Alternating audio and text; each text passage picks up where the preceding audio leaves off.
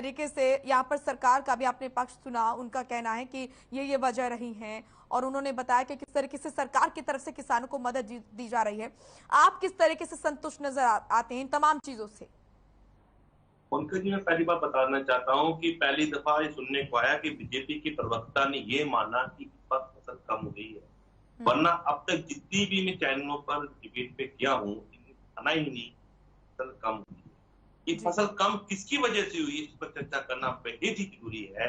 क्या ये मौसम की मार की सरकार ने 13 महीने चले आंदोलन को कुचलने के लिए, किसान की पीड़ तोड़ने के लिए एक योजनाबद्ध तरीके से इस फसल को कम लाने का काम, किसान की मेहनत को सरकार ने कम आंकने का काम किया। आपको पता होगा मोनिका जी, जब देश का किसान खेत में अन्न उगा रहा था, उसको डीएपी था दिसंबर नवंबर के महीने में। हरियाणा प्रदेश की सरकार ने, हरियाणा प्रदेश के कृषि मंत्री ने कहा कि किसान आंदोलन पे बैठा हुआ है, इसलिए डीएपी की खाद, यूरिया की खाद के रैक रेल से माध्यम से नहीं आ पा रहे, किसानों ने रेल रोक दी। उस समय आप समझेंगे कि किसान को जानबूझकर खेती से पिछाड़ने का काम किया, खेती को घाटे का सौदा बनाने का काम सरकार ने किया, जिसका खामियाजा आज किसान खून के आंसू रो रहा है। और ये लोग किसान को किसी प्रकार का मुआवजा देने की बात नहीं कर रहे। बरसात, बेमौसमी बरसात ने कुदरती तरीके से जो हमारा नुकसान हुआ सो हुआ।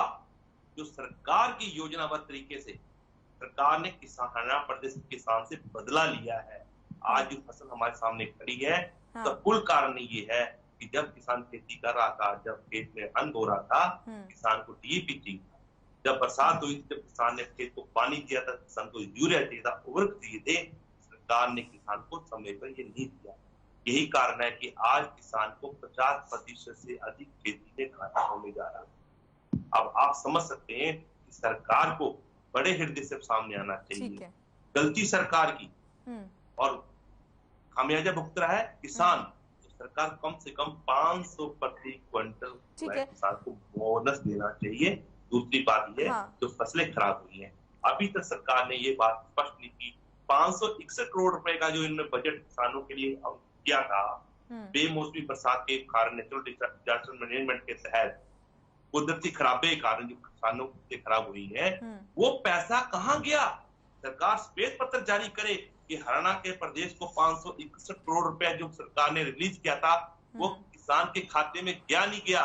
मैं दावे से कह सकता हूँ, किसी भी डीसी की रिपोर्ट मंगवा लीजिए, स्पेशल गिरदावरी हरियाणा के अंदर 70-80% से अधिक अब तक नहीं हुई है। यानी 70 से 80% किसान वंचित रह गया गिरदावरी से। और ये 561 करोड़ रुपए का सबसे बड़ा घोटाला सिद्ध होने वाला आने वाले समय में। सरकार ने किसान के खजाने को लूटने का काम किया। आने वाले समय में आप देखेंगे प्रदेश का जो पीड़ित के ऊपर आधारित जो व्यक्ति है। इंद्र जी, आपकी सभी बातों को मैं ऊपर करती हूँ, मैं जवाब भी लूंगी शमशेर जी से, लेकिन आपसे मेरा यह भी सवाल है, क्या आप मानते हैं कि बाहर जो प्राइवेट ठेकेदार बैठे हैं उनको भी किसान अपनी फसल बेच रहे हैं और किसानों को मुनाफा भी हो रहा है?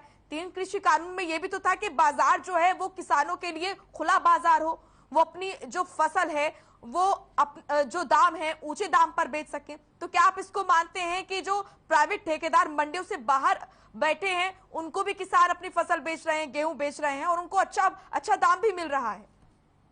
मोनिका जी, मैं आपकी बात को बड़ी करूंगा। ये बता देना चाहता हूं, ये एमएसपी जो निर्धारित की 9 फरवरी 2022 को, उस मीटिंग के अंदर मैंने सरकार से ये पूछा था, एमएसपी आप निर्धारित कैसे करते हैं?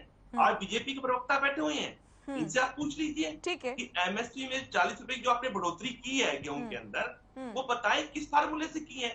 आपका डीजल 60% से अधिक बढ़ गया, किसान के उर्वरक कई गुना बढ़ गए, कृषि यंत्र कई गुना बढ़ गए, किसान को 40 रुपए देकर आपने क्या इंसाफ किया? यही कारण है कि आज खुले बाजार में भी किसान का अनाज लूटा जा रहा है, क्योंकि एमएसपी सरकार। आप ये कह रहे हैं कि कहीं पर भी किसान को फायदा नहीं हो रहा है, चाहे वो बाहर बैठे प्राइवेट ठेकेदार हो या फिर अंदर मंडी में। ठीक है, शमशेर जी से मैं जवाब लूंगी इसका। हमारे साथ सुरेश रोड जी जो हैं वो फोन लाइन पर जुड़े हैं, उनसे भी मैं सवाल करूंगी, लेकिन